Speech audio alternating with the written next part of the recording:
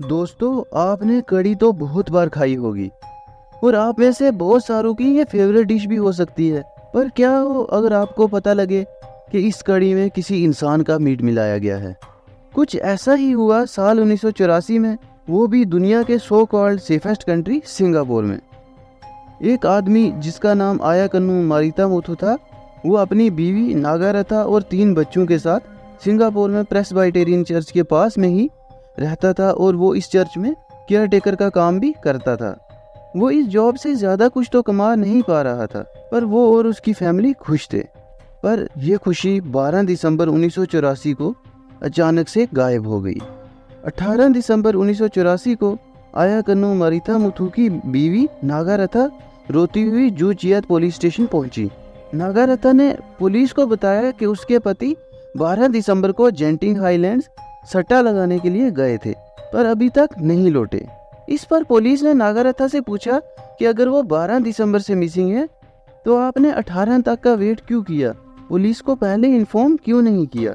इस पर नागारथा का कहना था कि उसके पति पहले भी 3-4 दिन के लिए बाहर जाया करते थे, इसलिए ये सब नॉर्मल था।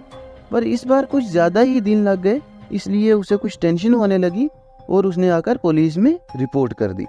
पुलिस ने नागारथा को एश्योर किया कि वो आयाकन्नु को ढूंढने की पूरी कोशिश करेंगे और फिर आयाकन्नु मारिता मुथु के नाम की एक मिसिंग रिपोर्ट लिखी गई। पूरे शहर में आयाकन्नु के मिसिंग वाले पोस्टर्स लगाए गए और जहाँ जहाँ पे शक था कि यहाँ पर आयाकन्नु गया होगा, वहाँ पर उसे ढूंढा गया। पर अफसोस, आयाकन्नु का कहीं भी कोई नामो निशान नहीं मिला। फिर उसे ढूंढते हुए कई दिन गुजर गए, दिन हफ्तों में बदल गए और हफ्ते महीनों में। पर जब आयाकन्नु का कोई भी क्लू नहीं मिला तो पुलिस ने भी इस केस को बाकी कई अनसॉल्व्ड केस की तरह एक साइड कर दिया। नागारथा आयाकन्नु की जगह चर्च में केयर टेकर लग गई और फिर से सब कुछ नॉर्मल हो गया और लोग आहिस्ता आहिस्ता इस केस को भूल ही गए। किसी को पता नहीं था कि आयाकन्नु किधर गया, वो जिंदा भी है या नहीं। पर इस केस में ट्विस्ट तो अभी बाकी था। केस जाता है सीधा 3 साल बाद, 9 जनवरी 1987। जब पूरा सिंगापुर इस केस को भूल चुका था, तभी डिटेक्टिव अलगमलाई के पेजर पर एक मैसेज आता है।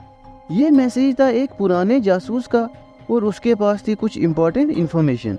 डिटेक्टिव अलगमलाई ने उसे मिलने के लिए बुलाया और उस जासूस ने डिटेक्टिव अलगमलाई को कुछ ऐसी इन्फॉर्मेशन बताई जिसे सुनते ही अलगमलाई के होश उड़ गए। पहले तो डिटेक्टिव ने इस बात पर यकीन ही नहीं किया, पर जासूस के कॉन्फिडेंस को देखकर अलगमलाई को इस पर कुछ तो यकीन हो गया। तो आखिर ऐसी क्या बात थी जिसे सुनते ही डिटेक्टिव अलगमलाई के होश उड़ गए? वो ऐसी कौन सी इन्फॉर्मेशन थी जो उस जासूस ने डिटेक्टिव अलगमलाई को दी? जो इन्फॉर्मेशन डिटेक्टिव अलगमलाई के पास पहुंची थी वो कुछ और नहीं बल्कि 12 दिसंबर 1984 की रात को हुई एक वारदात थी। और ये वारदात किसी और के साथ नहीं बल्कि आयाकन्नु मारिता मुथु के साथ ही हुई थी। इस जासूस की इन्फॉर्मेशन के मुताबिक 12 दिसंबर की रात आयाकन्नु कहीं बाहर तो गया ही नहीं था, बल्कि वो सीधा अपने काम पे यानी चर्च में जा रहा था। पर उसे क्या पता था कि 3 दरिंदे उसका रास्ते में इंतजार कर रहे हैं और ये पल इसकी जिंदगी के आखिरी पल हैं। इन 3 लोगों ने जैसे ही आयाकन्नु को आते देखा तो उन्होंने आयाकन्नु को दबोच लिया और उसे घसीटकर चर्च के केयरटेकर क्वार्टर पर ले गए। वहां पहुंचते ही एक आदमी ने आयाकन्नु के सर पे रॉड से हमला किया और उसे पीटने लगा। उसके बाद दूसरे 2 लोग भी आयाकन्नु को मारने लगे और ये तीनों लोग आयाकन्नु को तब तक पीटते रहे जब तक कि उसने अपना दम नहीं तोड़ दिया।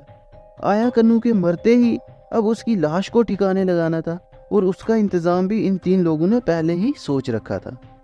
उन 3 में से एक कसाई था, वो अपने औजार लेकर आया और उसने आयाकन्नु के जिस्म को काटना शुरू किया। इन 3 लोगों ने सबूतों को मिटाने के लिए वो सब कुछ किया जो वो कर सकते थे। उन्होंने पहले आयाकन्नु के जिस्म से मीट को अलग किया और उसके छोटे छोटे टुकड़े कर दिए। हड्डियों को भी तोड़कर छोटे छोटे पीसेस में किया गया। फिर आयाकन्नु के मीट की कढ़ी बनाई गई। फिर कढ़ी और हड्डियों को गार्बेज बैग्स में भरकर फेंक दिया गया। अगले दिन कचरा उठाने वाली गाड़ी ये सारा गार्बेज उठाकर चली गई और आयाकन्नु की कहानी खत्म हो गई। अब आप भी मेरी तरह ये सोच रहे होंगे कि ये 3 लोग थे कौन और उन्होंने आया कन्नू को क्यों मारा, उनकी आया कन्नू के साथ क्या दुश्मनी थी।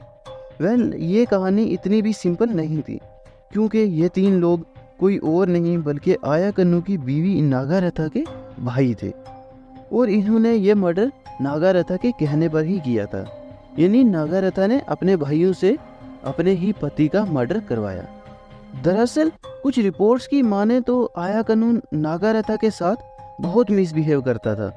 वो शराब पीकर घर आता था और नागारथा को मारता पीटता था। नागारथा अब इस सबसे बहुत ज़्यादा तंग आ चुकी थी, इसलिए उसने अपने भाइयों को आया कन्नू के बारे में बताया, जिसके बाद उन्होंने ये घिनौना प्लान बनाया और इस वारदात को अंजाम दिया। खैर, डिटेक्टिव अलगमलाई ने ये इन्फॉर्मेशन अपने सीनियर से शेयर की, पर सीआईडी के सीनियर ऑफिशियल्स ने भी इस स्टोरी को सच मानने से इनकार कर दिया या फिर पार्शली सच माना और अलगमलाई को अपने लेवल पर इसे जांच करने के लिए कहा कि तुम अपने लेवल पर इस पे जांच करो, जब सबूत इकट्ठा हो जाएं तब हम इस केस में आगे बढ़ेंगे। डिटेक्टिव अलगमलाई ने पहले तो जूचियात पुलिस स्टेशन से आया कन्नू की मिसिंग रिपोर्ट निकलवाई और फिर सबूत जुटाने में लग गया। डिटेक्टिव अलगमलाई ने 2 महीने तक लगभग 28 लोगों से पूछताछ की और एक बैकग्राउंड स्टोरी तैयार की। फिर 23 मार्च 1987 को पुलिस ने 8 लोगों को अरेस्ट किया और ये 8 लोग थे नागारथा, उसके 3 भाई, उन 3 भाइयों की बीवियां और नागारथा की माँ।